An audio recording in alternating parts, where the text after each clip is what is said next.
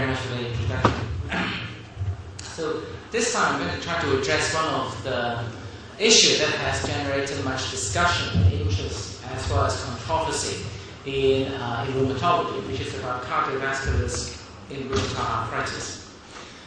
In fact, we know about the increase of cardiovascular death in rheumatoid arthritis for some time, but this review by Serum Gabriel, who did much of the epidemiology, really highlighted the fact that compared with non-rheumatoid patients with rheumatoid arthritis are more likely to die from cardiovascular disease, and indeed this covered both increased risk of cardiovascular event as well as cardiac failure. Now, of course, we all been trained to recognize cardiovascular risk as one of the big epidemiological burdens of this last 30 years or so. And so, even when I was a medical student, I was trained to recognize some of this traditional cardiovascular risk factor. And many societies have recognized that we should be increasing screening to reduce cardiovascular risk of rheumatoid.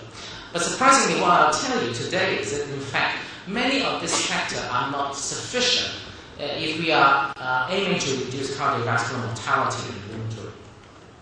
Partly because if we look at different epidemiological studies, and this is just one of those studies, what is clear is that the ability of traditional cardiovascular risk factor to predict cardiovascular event in rheumatoid arthritis is very low.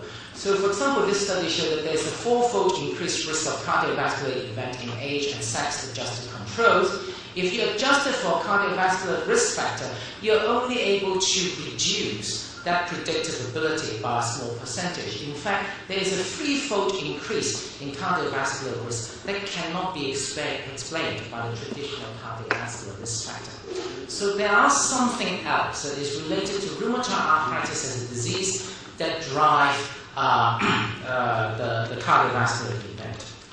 And I will show to you, first of all, one of the problems about the performance of the traditional cardiovascular risk factor in rheumatoid arthritis is this confounding relationship between inflammation and lipids that we must understand before we are able to approach this process in a proper manner. So one of the first studies that in fact highlighted lipid may well be related to inflammation comes from the randomized controlled trials of tocilizumab in rheumatoid. So this is just one of those slides, and in fact there are other studies that will show it, which is after treatment with tocilizumab 8 milligrams per kilogram, patients have an increase in total cholesterol level, which include both LDL and HDL cholesterol, in comparison with a methotrexate control group. So obviously this generated a lot of concern, given that we know about the increased cardiovascular risk in rheumatoid. Would this increase in lipid level significantly increase the risk further?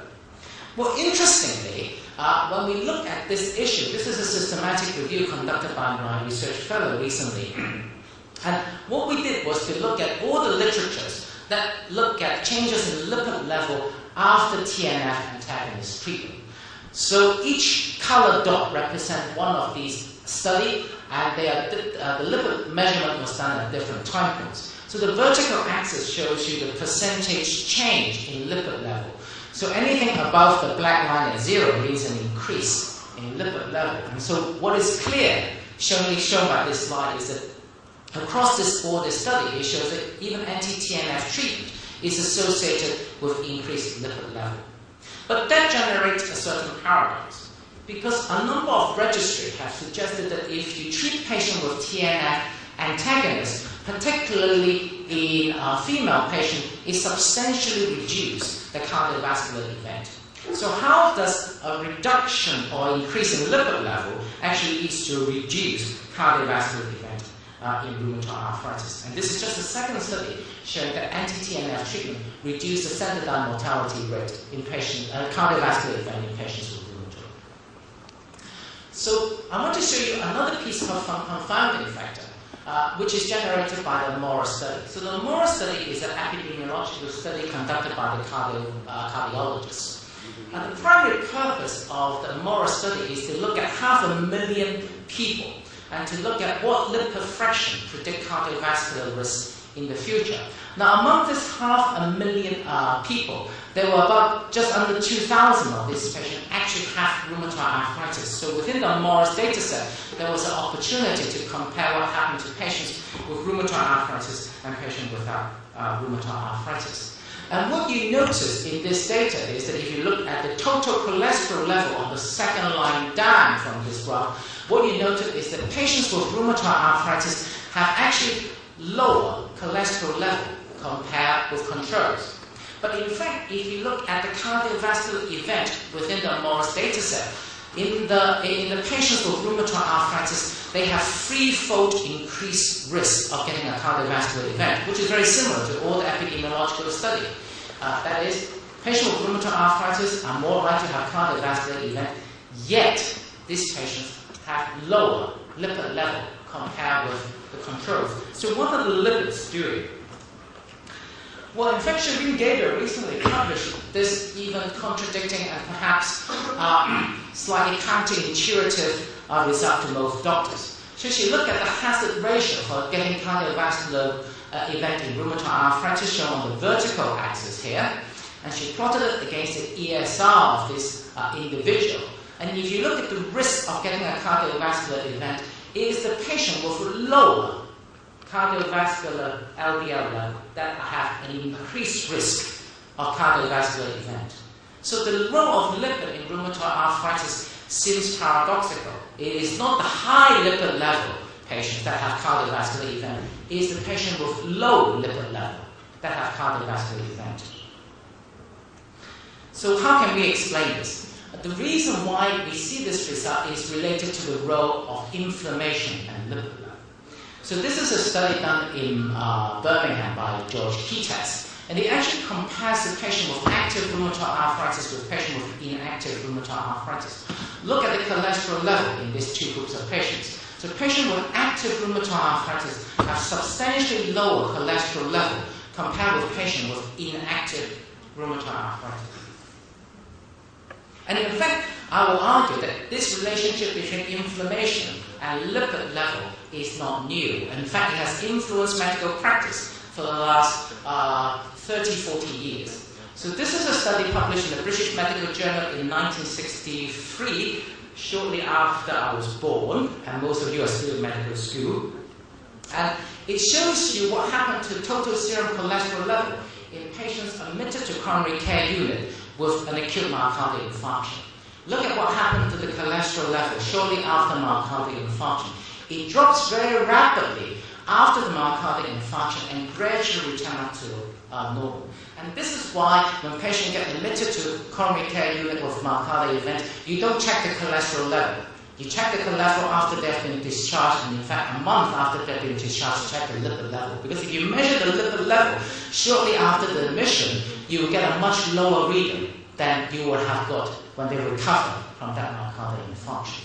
And even in this study, it was noted that in fact the change in lipid level was related to inflammation. So if we look at the alteration in serum cholesterol level, which is plotted on the horizontal axis, and plotted against on the left-hand side of this slide, the ESR, or the size of the infarct as measured by the SGLT level, you will find that the change in cholesterol level actually correlate with both, but in fact even stronger than ESR and with infarct size. So there's a strong relationship between inflammation and change in lipid. And in fact, you can show this more directly because there's a recent study in patients with cancer in which recombinant interleukin 6 was given as a treatment for the cancer. But look at what happened when you give this individual interleukin 6 level. The moment you give the patient interleukin 6, the cholesterol dropped very rapidly, and in fact, the longer you give interleukin 6, the more sustained the fall was, and the moment you stop IL-6 treatment, the cholesterol level will go back to normal.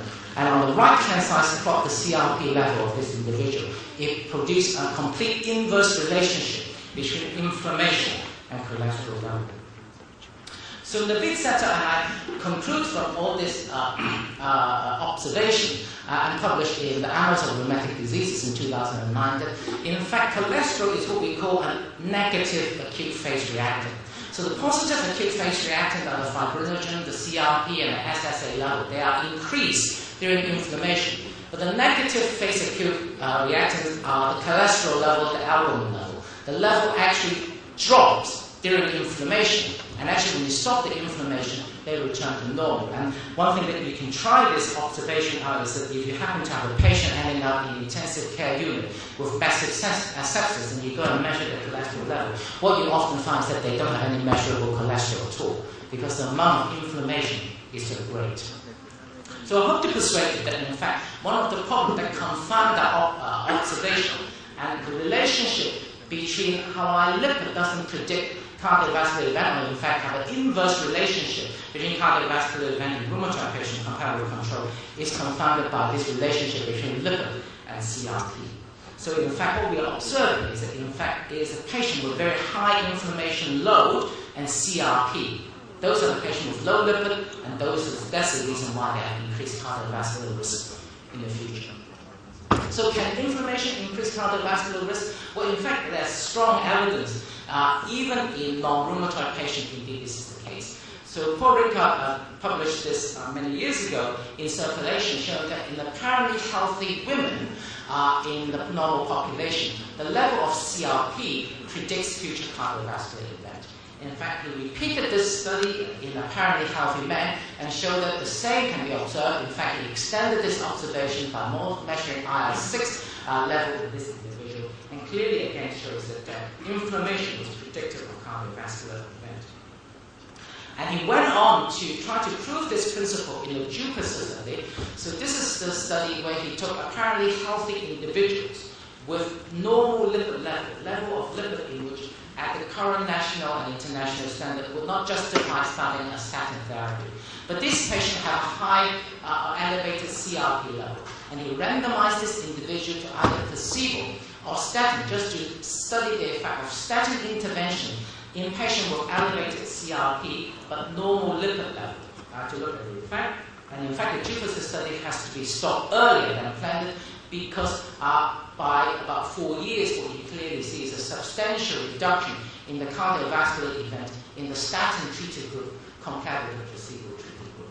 So the observation in this study is that CRP is an independent cardiovascular risk factor, and in fact, if you treat patients with CRP, you can reduce the cardiovascular event. And many of our cardiologists will regard atherosclerosis as a chronic inflammatory disease that infecting the blood vessel wall, and in some ways similar to rheumatoid. Now, there's a recent abstract produced by the Norwegian database when they have looked at patients with early rheumatoid arthritis and followed them up for about 15 years. And when they look at the baseline factor that predicts future cardiovascular event, what they found was that the baseline CRP level predicted arterial stiffness and the risk of this individual getting a future cardiovascular event. So I would argue that in fact there is really quite a substantial amount of data implicating inflammation as a cause of cardiovascular event in rheumatoid. And perhaps one of the reasons why we are observing reduction in cardiovascular event associated with biologic treatment is that these treatments are far more potent in suppressing inflammation as reflected by the changes in CRP level. I will show you on the right-hand side of this table here. So not only inflammation is related to increasing cardiovascular event, we also have evidence that in fact suppression of inflammation can reduce cardiovascular risk in rheumatoid. And I won't go into the detail because there aren't any time. I would suspect that the role of lipid is only one factor in generating cardiovascular risk. In fact, there's a lot of knowledge around the effect of interleukin-6, IL-1, and TNF, and the effect on adipose tissue, platelet, liver, skeletal muscles, as well as endothelial cells, all of which may contribute to the conversion of a macrophage within the vascular wall into a foam cells. And it is the formation of these foam cells that leads to accelerated atherosclerosis. So systemic inflammation may well be a major risk factor for cardiovascular event in rheumatoid arthritis. And again, in addition to TNF inhibitors, in fact, the strongest data that suggests that reducing inflammation reduces mortality, it comes from studies of methotrexate. This is a study published in The Lancet by Fred Wolf and his group, showing that in fact if you respond to methotrexate treatment, you're far less likely to die from cardiovascular event than patients who don't respond to methotrexate. A 70% reduction in mortality. So I guess the conclusion from my talk is that in fact we know that cardiovascular mortality is increasing rheumatoid arthritis. The role of traditional cardiovascular risk factor, including lipids, cannot really explain completely that increase in cardiovascular risk. And in fact, it is inflammation that are one of the strongest predictor of cardiovascular events in rheumatoid patients. In order to manage the cardiovascular event, we need to understand the complex relationship between inflammation and lipid level, and just measuring lipid level and trying to manage the lipid level is not the most sensible way of managing this cardiovascular risk, because in fact, one of the key factors that we need to aim for in reducing cardiovascular risk is to control inflammation. There are strong data both from methotrexate and anti-TNF agents. They can reduce cardiovascular risk by suppressing inflammation. But one of the key questions that we have to ask is whether sustained remission is the goal, and whether this goal will prevent cardiovascular mortality in rheumatoid arthritis. Thank you very much for your attention.